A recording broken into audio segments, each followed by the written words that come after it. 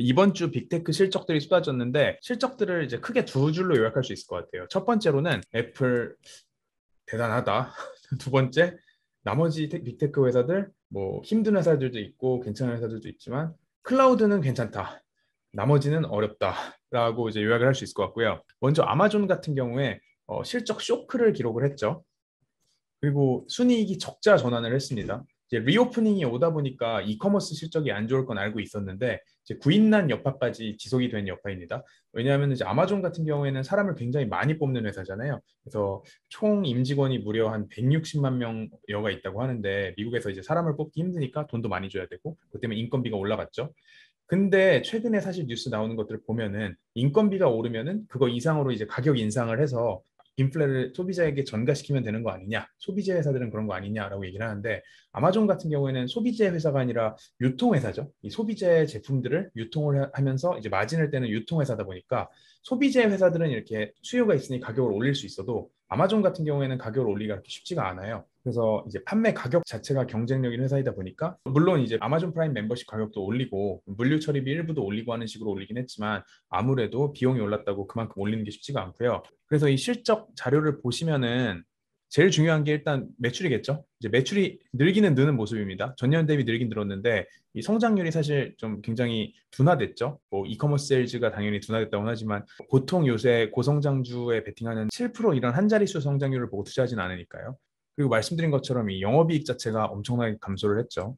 그래서 이 실적이 정말로 계속해서 이제 다운 트렌드, 리오프닝과 함께 낮아지는 모습을 보이고 있고, 그리고 순이익 같은 경우는 아예 적자 전환을 했죠. 그래서 마이너스 4빌리언, 4조 이상을 이제 손실을 낸 상황인데, 근데 사실 이거는 좀 자세히 봐야 되는 게 여기서 이제 주석으로 달아놓은 것처럼 리비안 전기차 회사죠. 이제 테슬라 경쟁자로 불리는 전기차 회사인데 아마존이 지분 18%를 넘게 갖고 있는 회사입니다. 그러다 보니까 이 리비안의 주가가 빠지면서 이 7.6 빌리언에 달하는 이 평가 손실이 났어요.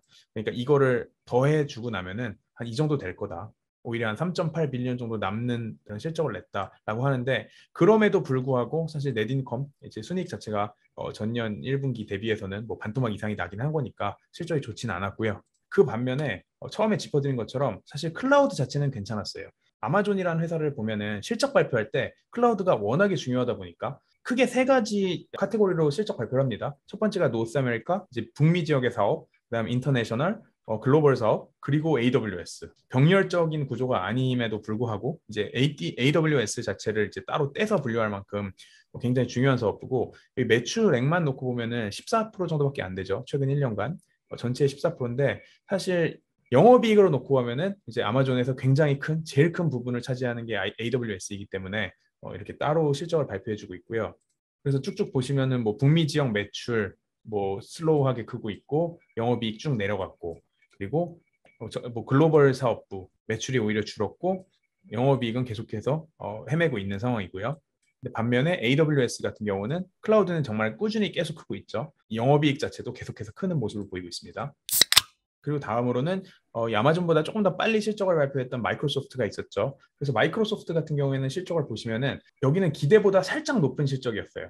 특히 클라우드 부문이 실적이 좋았는데 1분기에만 뭐 매출이 한 46% 정도 올랐다고 하죠. 근데 마이크로소프트 같은 경우에는 최근 4년간 항상 실적이 기대치보다 한참 높게 더 굉장히 이제 광폭 성장을 하는 모습을 보였었는데 올해에는 그 실적이 기대 이상이었음에도 불구하고 그 기대를 뛰어넘는 폭이 너무 작다 보니까 투자자들이 좀 걱정을 하는 모습을 보이고 있긴 합니다. 어쨌든 간에 이 클라우드 사업부의 호조로 인해서 영업이익률 자체는 뭐 40%대를 유지하는 모습을 보였고요.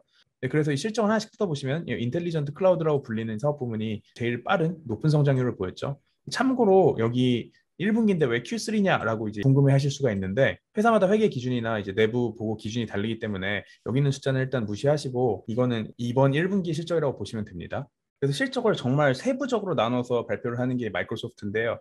아예 뭐 어떤 사업이 어떻게 돈을 벌었는지 뭐 클라우드도 그냥 클라우드로 뭉뚱그려서 보여주는 게 아니라 서버 프로덕트 그 외에 뭐 애저 프로덕트 그 외에 뭐 소프트웨어에 대한 클라우드 서비스 등등으로 다 나눠서 발표를 하죠. 그래서 아까 말씀드린 것처럼 이제 가장 큰 성장률을 기록한 게 이 애저 부문 46%의 성장률을 기록했고 이걸 하나씩 이제 뜯어 보시면은 성장률이 좀 낮은 부문들이 있어요. 그래서 대체적으로 이제 B2C 소비자 부문의 사업 부문이 별로 실적이 성장률이 안 좋았는데 예를 들어서 게임, 엑스박스 같은 경우에는 공급망 문제도 있고 사람들이 팬데믹이 끝나가면서 리오프닝 시대에 게임이 이제 비수해주기 때문에 성장률이 좀 낮은 모습을 보이고 있고 그 외에도 뭐 오피스 프로덕트들 물론 10%대 성장률이긴 한데 사실 마이크로소프트가 이제 PC가 많이 팔려야지 거기서 이제 오피스 프로덕트들도 많이 팔리고 할 텐데 공급망 문제가 있어서 PC 공급이 줄어들기도 했고 이제 인플레 때문에 PC 가격이 올라가는 이런 효과도 있다 보니까 소비자 PC 판매 성장률이 이제 생각보다 낮으면서 이 부분은 좀 더 작게 크는 모습을 보였습니다. 그리고 여기 참고로 이제 괄호가 쳐 있는 거는 마이너스입니다. 그리고 다음으로는 이제 구글 알파벳이 있는데요. 알파벳 같은 경우도 기대보다 살짝 낮은 실적을 기록을 했습니다. 근데 그 중에서도 특히 우리가 좋아하는 유튜브가 생각보다 실적이 별로였어요. 근데 사실 생각을 해보면은 아까 아마존도 그렇지만 리오프닝이 시작되면서 집에서 영상을 보는 사람들의 수요가 좀 줄어들 수가 있기 때문에 이제 광고 수익에 타격이 있을 수 있겠다라고 생각이 들고 그 외에도 근데 틱톡한테 점유율을 압박받고 있는 게 굉장히 큽니다.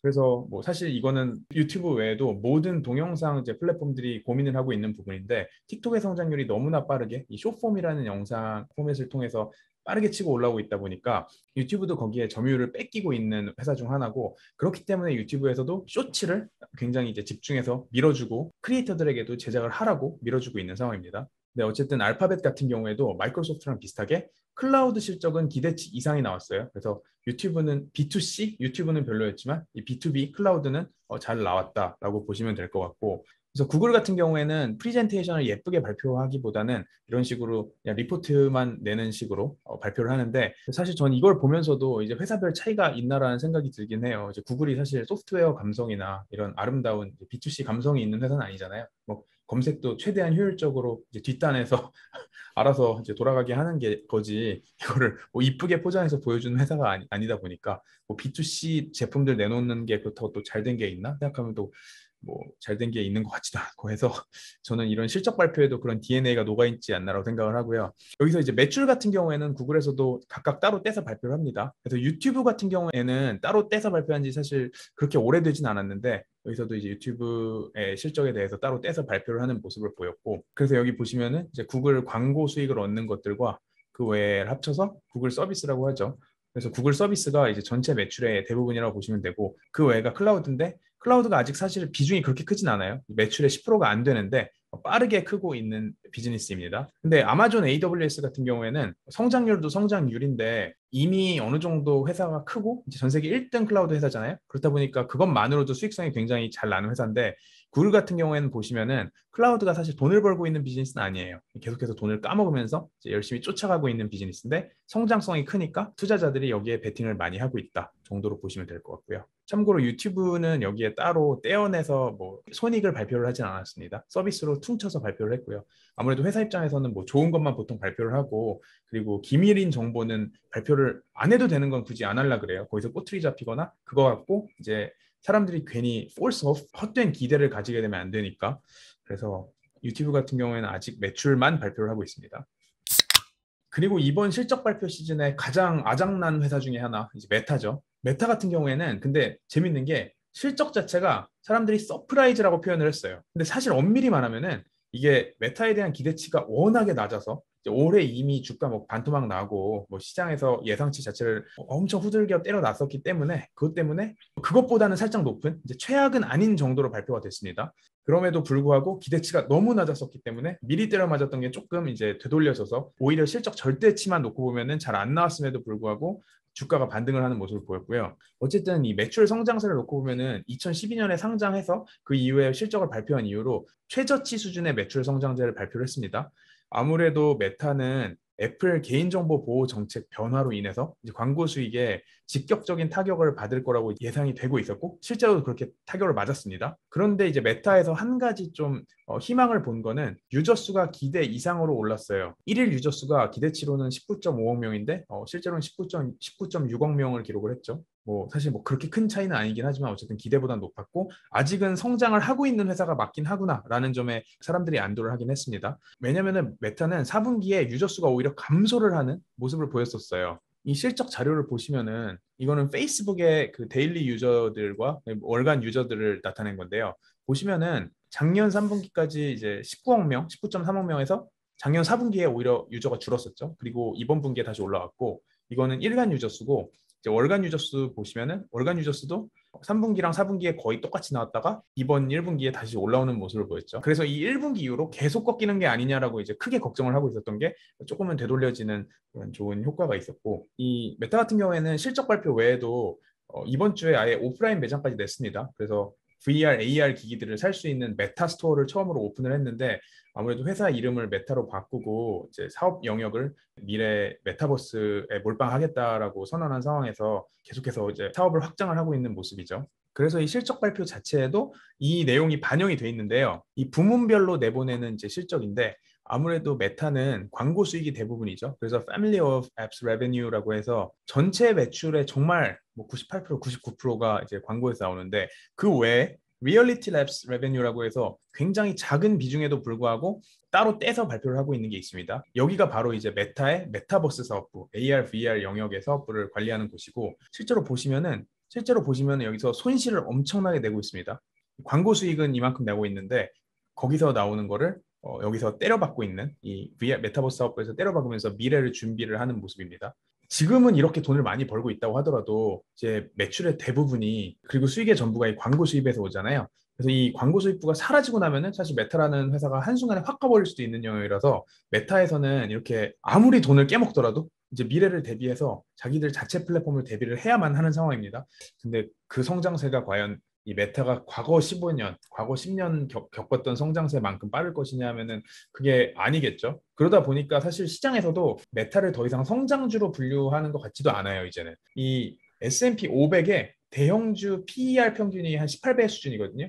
근데 테크주만 그 중에서 또 따로 떼서 묶으면은 20배가 기본적으로 넘어요. 뭐 22배 아니면 그 이상도 당연히 나오는데, 메타는 뭐 어떻게 측정하느냐에 따라서 다르지만 한 15배 이하에서 계속 거래가 되고 있었죠. 그 말은 뭐 20%에서 30%, 뭐 많게는 거의 50% 이상까지 사실 테크 성장주라고 하면은 업사이드가 있다는 뜻인데, 뭐 그게 없이 이제 점점 더 성숙한 회사로 사람들이 보고 있는 게 아닌가라는 생각을 합니다.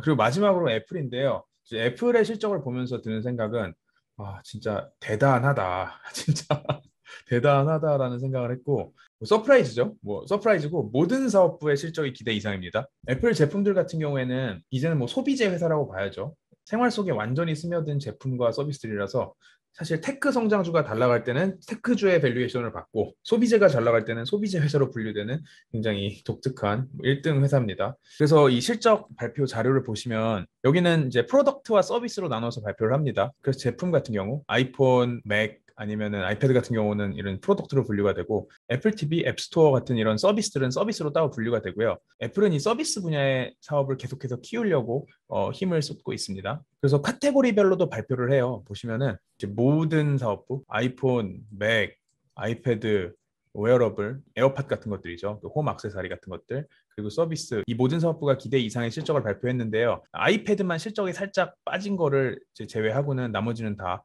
절대치로도 성장을 한 모습을 보였습니다.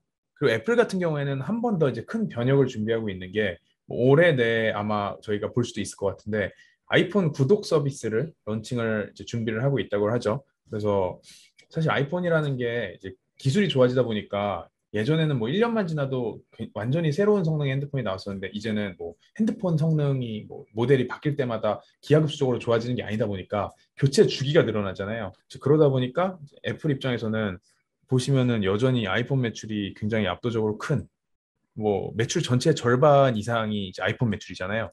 그런데 이게 이제 교체 주기가 길어지면 길어질수록 이제 줄어들 수가 있기 때문에, 이거를 고정적인 이제 구독 형태로 바꿔보는 이제 시도를 조금씩 할 것 같고요. 근데 이 애플 같은 경우에도 사실 2분기에는 조금 더 걱정을 해야 된다라고 이제 팀 쿡이 나와서 얘기를 했죠. 사실 뭐 일종의 가이던스를 주는 건데, 투자자들한테 이제 밑밥을 깔아 놓는 거죠. 이제 우리 이 정도로 2분기에는 안 좋아질 건덕지가 있으니까 미리 사전에 반영해 놔라. 그래서 주가가 뭐 너무 한 번에 막 출렁출렁이면은 시장에서 신뢰를 잃으니까, 그러기 전에 미리 조금씩 조금씩 밑밥을 깔아주는 거고, 팀 쿡이 얘기한 거는 이 공급망 문제, 특히 중국이 도시 봉쇄하면서 이제 제로 코로나 한다고 해서 아이폰 제조하는 공장도 셧다운되는 영향이 있었죠. 그러다 보니까 이 제품 공급에 어느 정도 영향이 있을 수밖에 없는데, 그게 3월 말부터 시작이 됐잖아요, 중국에서. 그러다 보니까 이번에 발표한 이 1분기 실적까지는 별 영향이 없었는데, 2분기에는 그 공급망 문제가 영향이 있을 거라고, 최대한 10조 정도까지 영향이 있을 수 있다고 미리 얘기를 해놓는 모습을 보였습니다.